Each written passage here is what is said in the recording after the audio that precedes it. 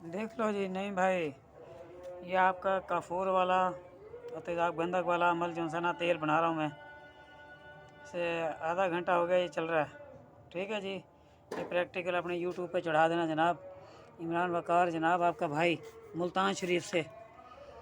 ठीक है जी। ये देख लें, ये चल रहा है जनाब वेली। जो आपका एक्सपेरिमेंट रहा था ना, डाउनलोड किया था, ये वो वाला बना कर रहा हूँ मैं। ठीक है जी। ये देख लें, ये चल रहा है अपना। ये प्योर स्टील का गिलास है, ये देख लें। दरूद व सलाम और मोहम्मद सल्लल्लाहु अलैहि वसल्लम के उस्ताद मोहतरम। ये देखें जी,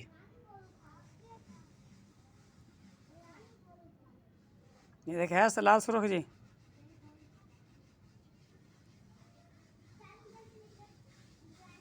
ये देख लें जी, ये 25 से 27 ग्राम के करीब है जी। देख लें।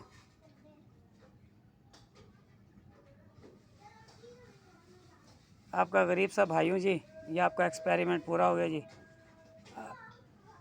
अब इसमें देखते हैं, इसमें कुछ करेंगे काम जी। अस्सलाम वालेकुम रहमतुल्लाह जनाब। आपका दोस्त, आपका शागिर्द इमरान वकार, मुल्तान शरीफ।